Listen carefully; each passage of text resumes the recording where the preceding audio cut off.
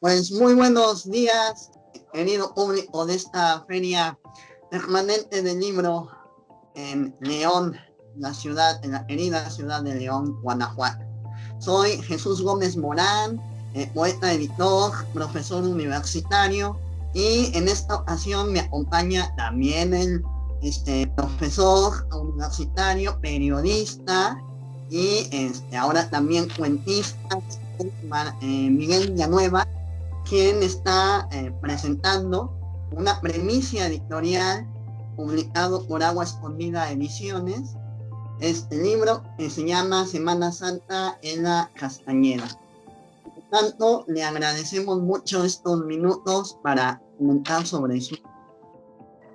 Y bueno, lo decía hace un momento, recién estrenado como cuentista, tiene una amplia trayectoria profesional y académica.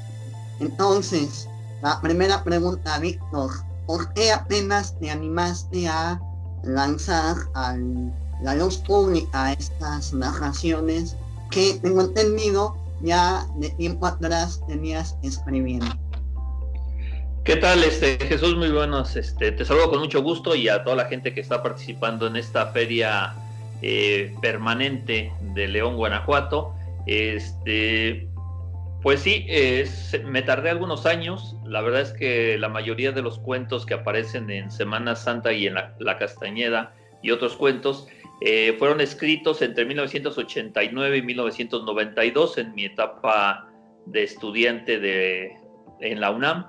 De periodismo, y fueron escritos ahí por una necesidad de escribir, dar historias, de sacar experiencias y dejarlas escritas en papel, y después pues se guardaron, estuvieron mucho tiempo en un archivo porque mis labores como periodista me impidieron dedicarme y darle tiempo a esto. Dice Ryszard Kapuściński, extraordinario periodista polaco, ya fallecido, que en esta profesión hay que trabajar las 24 horas del día, los 365 días del año, y es verdad. Entonces el periodismo me absorbió por completo, no me permitió dedicarme y darle continuidad a esta colección que finalmente, pues en el 2019 salieron, los rescatamos literalmente del archivo y se conjuntaron para darle pie a este.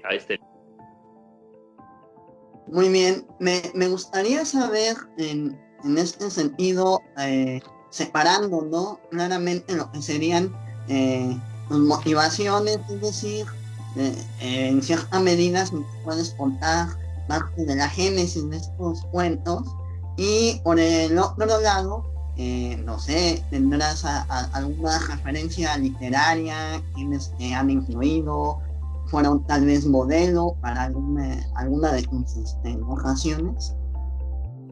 Sí, yo creo que el principal, la principal influencia literaria, que además se acomodaba perfecto con mi modo de ser, con mi modo de pensar, fue Mario Benedetti. Fue la nostalgia, fue el aferrarse al pasado, a no dejarlo ir, a que permanezca, se va a oír raro, pero que el pasado permanezca en el presente. Ese siempre fue, desde que yo tengo uso de razón, que me aferraba a no dejar ir al pasado.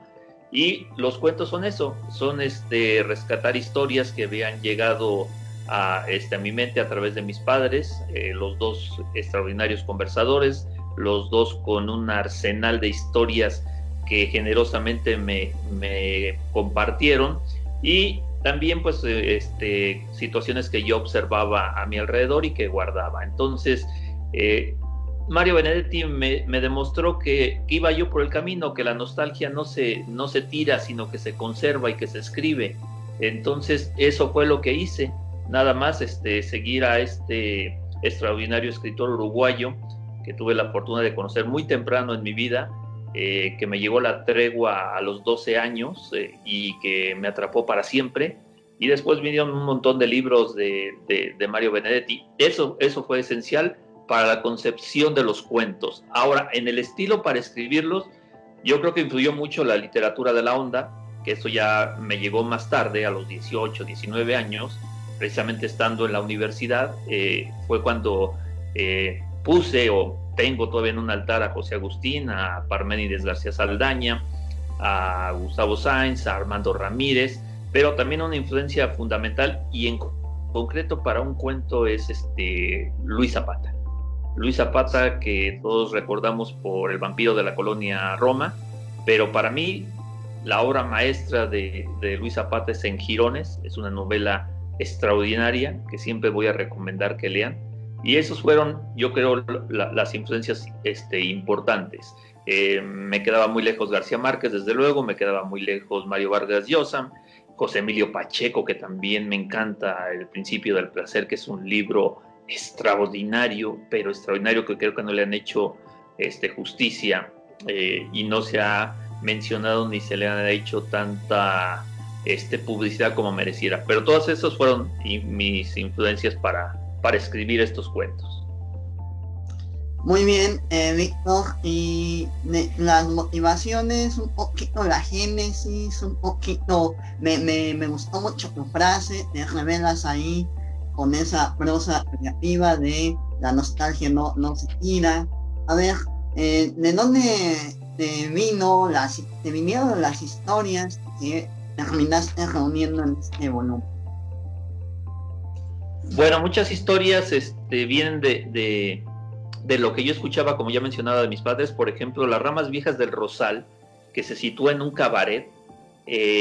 Yo recibía esas historias de mi padre y de mi madre, porque ellos hablaban que en su juventud acudían a esos lugares, ¿no?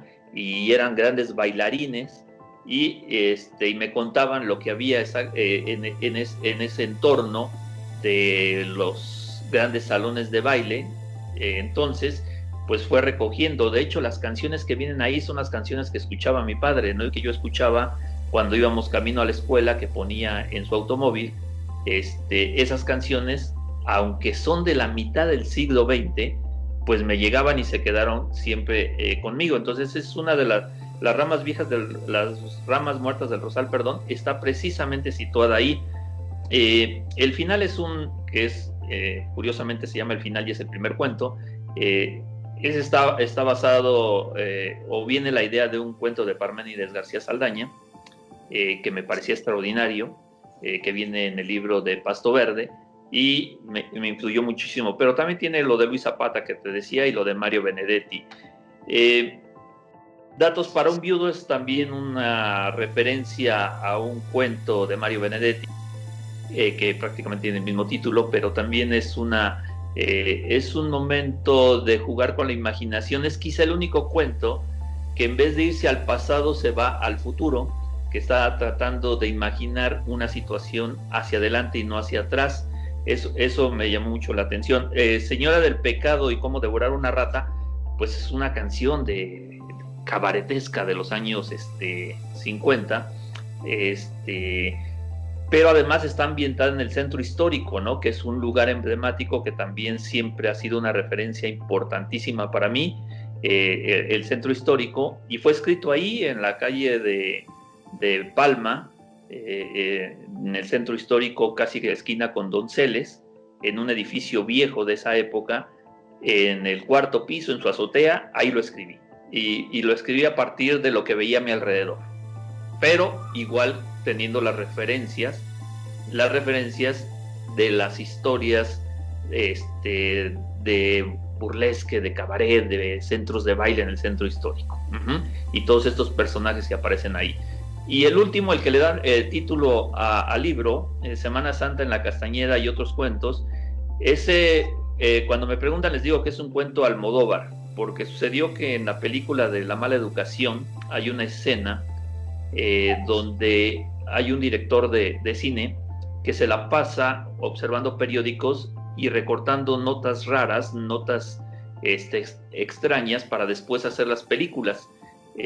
Literalmente dice: voy a guardar esto porque aquí hay una historia.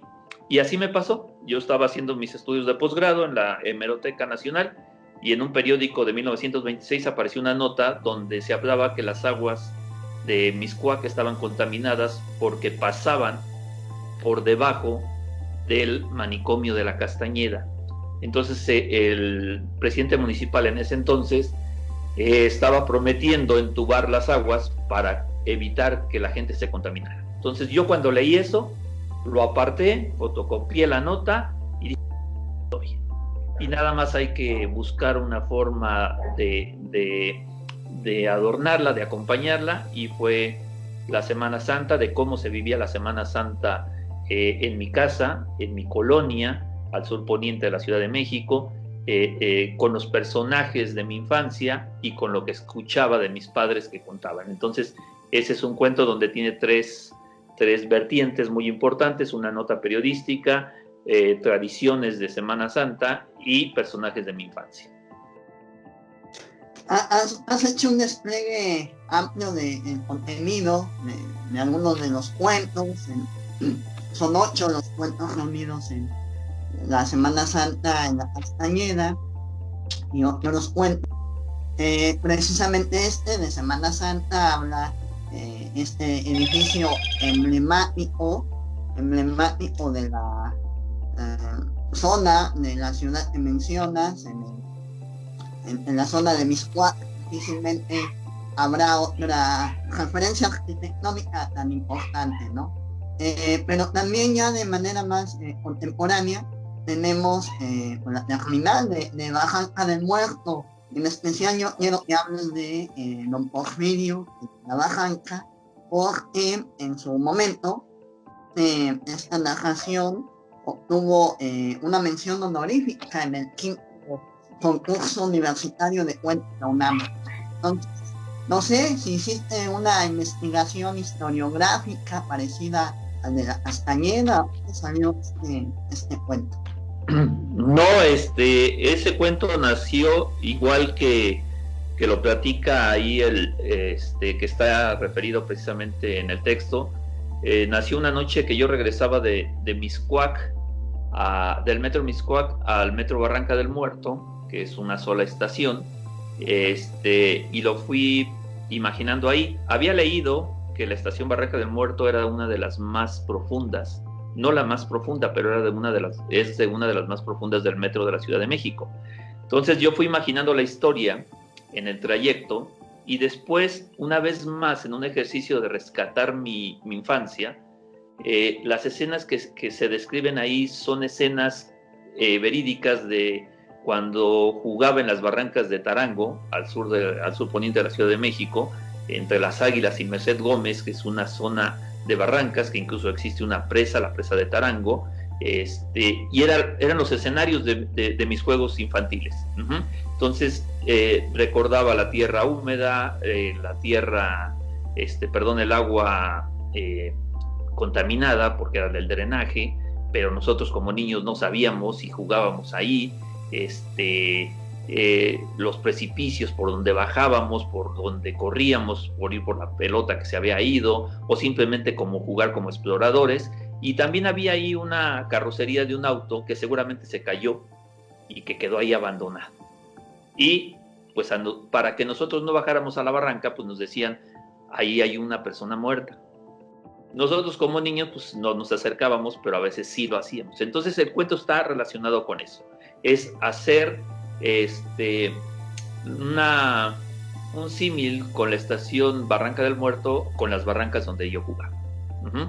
Entonces no hay una investigación ahí amplia, ni historiográfica, ni periodística, sino simplemente es una anécdota. Y sí, el cuento participó en 1992 en el 5º certamen universitario de cuento, ganó una mención honorífica, lo cual en ese momento a mí me debió haber impulsado a seguir escribiendo, pero como ya lo conté al inicio, ya era en 1992, tenía que ingresar al mercado laboral, tenía que ejercer mi carrera y por eso se fue perdiendo, ¿no? Pero lo rescatamos, eso era lo importante que teníamos que rescatar.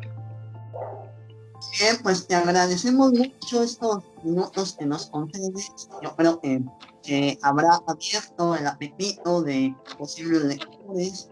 Realmente, aunque se hable de una parte de la Ciudad de México, pues el ejercicio de la nostalgia y de ciertos lugares, la descripción, pues es algo universal.